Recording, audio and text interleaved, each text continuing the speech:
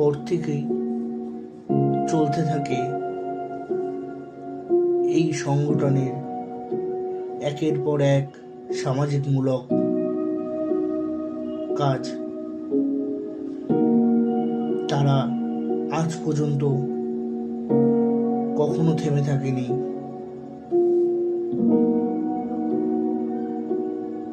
মানুষের অধিকারকে ছিনিয়ে নিতে, অসহায়দের পাশে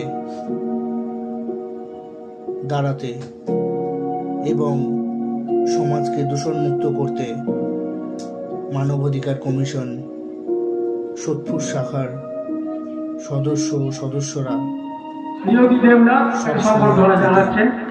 পাশে থাকতে অঙ্গীকারবদ্ধ।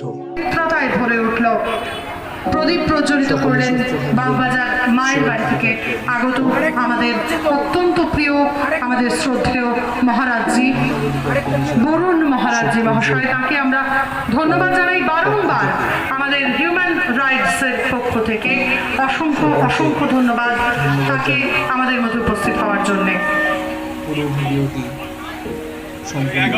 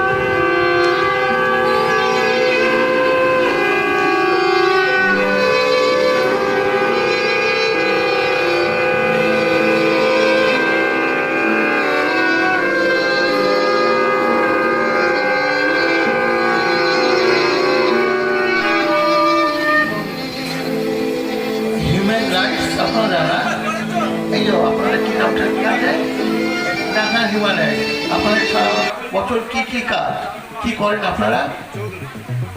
হ্যাঁ, মানুষের পাশে দাঁড়ানো আর কি সমাজসেবা, সমাজে কি সেবা?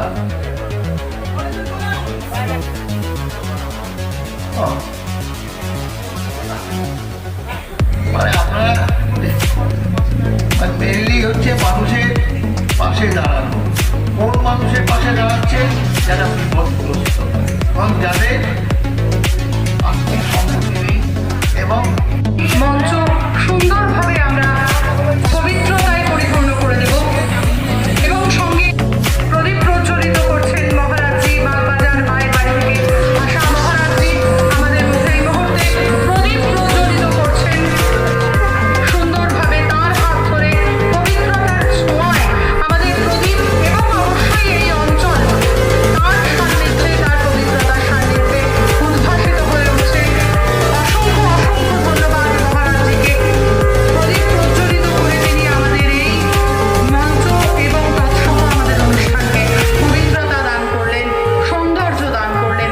অসংখ্য ধন্যবাদ জানাই মহারাজজিকে। এত সুন্দরভাবে তার হাত ধরেই আমাদের সঞ্চালিকা এখানকার রমিতা ও সব জায়গাতেই সঞ্চালকের কাজ করে।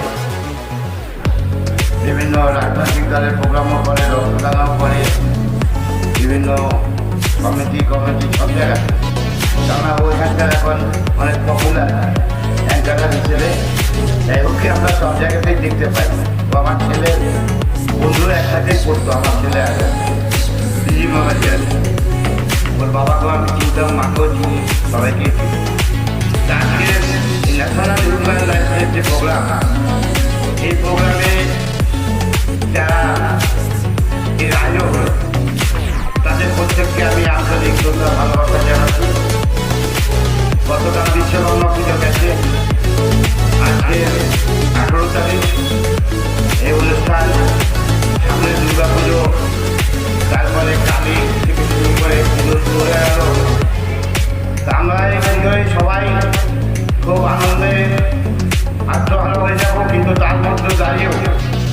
এই বিশ্বকর্মা পুজো থেকে পুজো শুরু হয়। তার মধ্যে জাতীয় ঐতিহ্য লাইন যে একটা সুন্দর প্রোগ্রাম করছে, সামাজিক প্রোগ্রাম, তার দ্বারা গরিব মানুষ উপকৃত